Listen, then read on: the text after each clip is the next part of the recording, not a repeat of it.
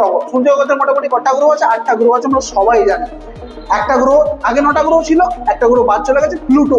Pluto কত সালে বাদ চলে গেছে? পরীক্ষায় আসে 2006 সালের 24শে আগস্ট প্লুটো গ্রহকে সৌরজগৎ থেকে বাদ দিয়ে দেওয়া হয়েছে। তাহলে সৌরজগতের বর্তমানে কটা গ্রহ? 8টা গ্রহ। ওকে, তো 8টা গ্রহ কিন্তু খুব মজার বিষয়। এই 8টা গ্রহের মধ্যে দুটো গ্রহ আবার খুব এক্সেপশনাল। কিরকম এক্সেপশনাল? আমরা সূর্যজগতের 8টা গ্রহের মধ্যে 6টা গ্রহ ঘোরে পশ্চিম থেকে পূর্ব দিকে, আর দুটো গ্রহ ঘোরে পূর্ব থেকে পশ্চিম দিকে। তো ধরে নাও এটা পৃথিবীর এটা উত্তর দিক, এটা দক্ষিণ দিক, এটা পূর্ব দিক, এটা পশ্চিম দিক। যে 6টা গ্রহ, সেই 6টা গ্রহ ঘুরে কোন দিকে? এই পৃথিবী সহ পশ্চিম থেকে পূর্ব দিকে। আর দুটো গ্রহ, একটা হচ্ছে শুক্র আর একটা ইউরেনাস। শুক্র আর ইউরেনাস দুটো এক্সেপশনাল গ্রহ, তারা ঘুরে পূর্ব থেকে পশ্চিম দিকে। আরো গুরুত্বপূর্ণ তথ্য, সেটা হচ্ছে সূর্য জগতের সব থেকে কাছের গ্রহ কে? বুধ। তারপরে কি আছে? শুক্র। তারপরে আছে মঙ্গল। কিন্তু সব থেকে গরম গ্রহের নাম কি? সব থেকে হটেস্ট প্ল্যানেটের নাম কি? বুধ নয়, কিন্তু উত্তর হবে শুক্র।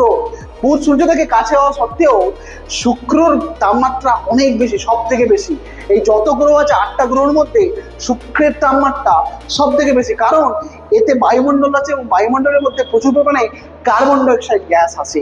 এই কার্বন ডাইঅক্সাইড গ্যাস সূর্যের আলোকে আটকে নেয়। আটকে নেওয়ার ফলে এর তাপমাত্রা প্রচুর, দিনের বেলায় প্রায় 460 ডিগ্রি সেলসিয়াস হয়ে থাকে।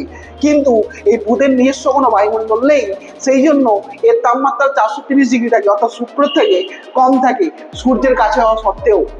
আর একটা ইন্টারেস্টিং তথ্য, যেটা হচ্ছে সূর্য জগতের সব থেকে হালকা গ্রহের নাম কি?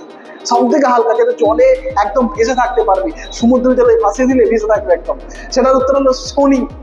শনি হচ্ছে সব থেকে হালকা গ্রহ সূর্য জগতের মধ্যে, কারণ এর ঘনত্ব অত্যন্ত কম। আমরা যেমন জলের মধ্যে বরফকে ঢাললে বরফ কি জলের উপর ভাসে, বরফের ঘনত্ব কম বলে, ঠিক তেমনি এই শনি গ্রহর ঘনত্ব অনেক কম। সেই জন্য যদি আমরা কোনো ইমাজিন করি জলের মধ্যে ভাসিয়ে রাখি, শনি গ্রহ ভেসে থাকবে। এবং সূর্য জগতের সব থেকে হালকা গ্রহের নাম কিন্তু শনি।